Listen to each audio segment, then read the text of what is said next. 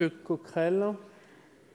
Répondre au rapporteur, mais aussi à ma collègue, Mme Silla, qui a dit quelque chose d'extraordinaire. Je ne sais pas si vous avez entendu ce que vous avez dit, madame. Vous avez dit, on n'y arrivait pas, les employeurs et les avocats. Vous avez juste oublié un petit élément dans ce sujet, c'est les personnes pour qui on fait le compte de pénibilité. D'accord ? Et vous savez pourquoi vous avez oublié cet élément ? Je vais vous dire. Parce que je ne suis pas sûr que dans les bancs de l'Assemblée, je vais le dire très clairement, il y ait beaucoup de gens qui soient exposés à des substances chimiques dangereuses, au travail dans de postures difficiles, au port de charges lourdes ou encore aux vibrations mécaniques. J'aimerais... non, je ne le crois pas, je ne le crois très sincèrement pas.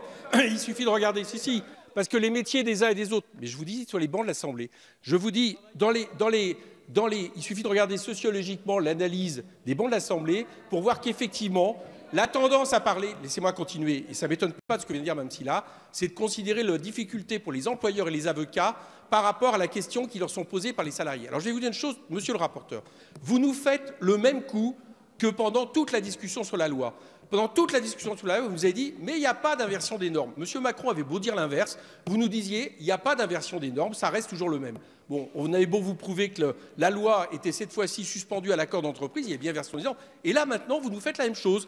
Vous nous dites il n'y a pas disparition de 4 des 10 facteurs. Bah si, il y a disparition de 4 des 10 facteurs qui sont effectivement l'exposition aux substances chimiques dangereuses, le travail dans des postures difficiles, le port de charges lourdes, encore les vibrations mécaniques. Et ce n'est pas une réponse de dire que c'était complexe de mesurer à quelle ampleur c'était effectivement des facteurs de pénibilité, parce qu'il suffit même que je les cite pour comprendre pourquoi quelqu'un qui travaille sur les chantiers et qui est en vibration avec son marteau-pilon est en travail de pénibilité. Donc si maintenant votre problème, c'est de savoir comment on définit, eh bien moi je veux bien qu'on vous aide à savoir comment on définit que c'est des travaux de pénibilité, il n'y a pas de problème, là-dessus on est disponible.